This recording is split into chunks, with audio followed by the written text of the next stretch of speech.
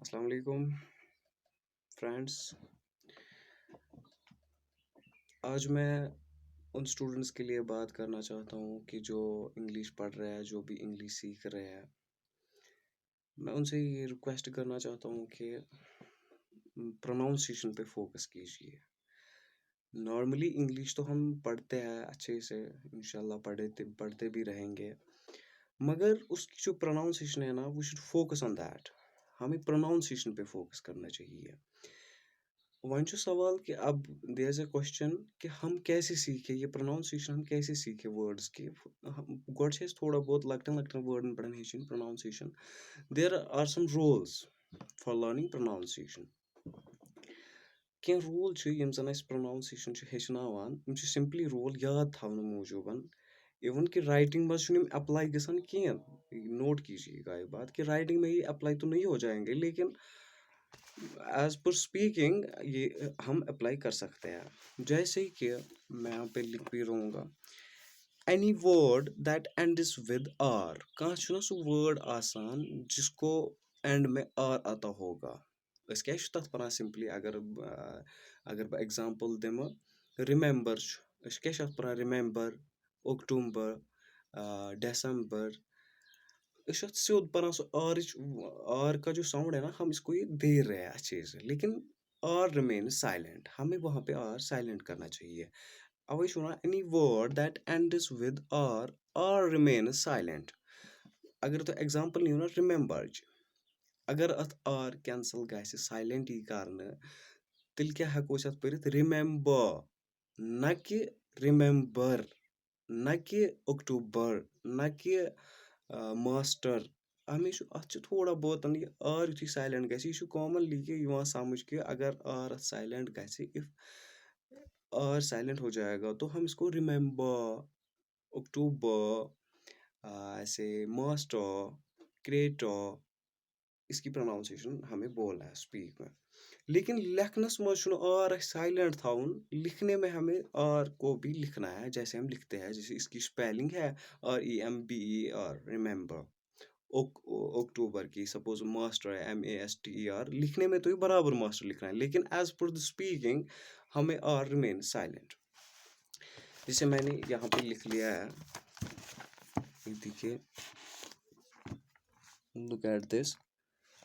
Any word that ends with or remain silent, or remain silent. Suppose ये तन example remember में वोनमुत, अक्टूबर में दिसमस example, master में example दिसमस। और करू साइलेंट यथ पत वुचु प्रोनाउंसिएशन क्या अमिच पढ़न पढ़न रिमेंबर, अक्टूबर, मास्टर, ऐसे ऐसे वर्ड्स। ये इसका पहला रूल है।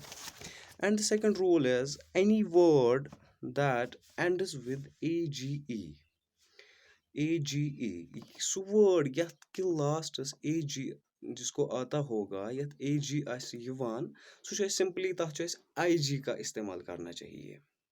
मगर ये मैं बाद में फिर से याद ला रहा हूँ कि ओनली फॉर स्पीकिंग। रिटनस मज सात रिटन आसो करान, राइटिंग आसो करान कि लिखान आसो, तम सात सो साइलेंट थावन। सपोज बस वनान अगर AGE लास्टस तथ IG का यूज कर। IG क्या मतलब, IG साउंड त्रावन तथ, यह साउंड चेंज गसान, यह वर्ड चेंज गसान कह, चेंज साउंड। अगर विलेज अत क्या पढ़ान विलेज, मैसेज, पैसेज लास्टस AG अत पढ़न मैसेज। IG सु लगाओ अत लास्टस क्या बन, message, passage, village.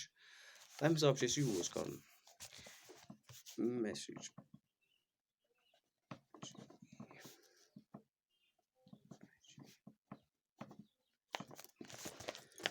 Any word that ends with AGE, so word यथ लास्टस AG आसान, तथ IG साउंड दिन। सपोज विलेज अत अगर अत IG त्रो ना साइडस लास्टस, यह बन विलेज। पैसेज अत AGE लास्टस यह बन विलेज, पैसेज, मैसेज। यह अत स्पीक कर, ये इसकी प्रोनाउंसिएशन है। हम विलेज कह सकेंगे, हम कहेंगे पैसेज, मैसेज, हम इसको ये नहीं पढ़ सकेंगे कि विलेज, मैसेज, पैसेज ऐसे नहीं पढ़ना होता है। इसकी प्रोनाउंसिएशन आईजी से चेंज हो जाती है। मगर रिटनस मज छु यह लेखुन एजी बराबर। रिटनस मज छु आईजी करुन कहें ते। पत गो ब्याक रूल, त्रेम rule, any word that ends with ing, यथ मज लास्टस ing फॉर्म आसना यिवान, तथ छु in का इस्तेमाल करना है वहां पे।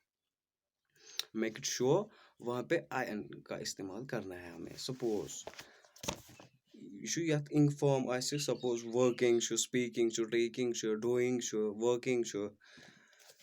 अगर बह वर्किंग छुस वनान, बह क्या वनान, I am working, I am speaking.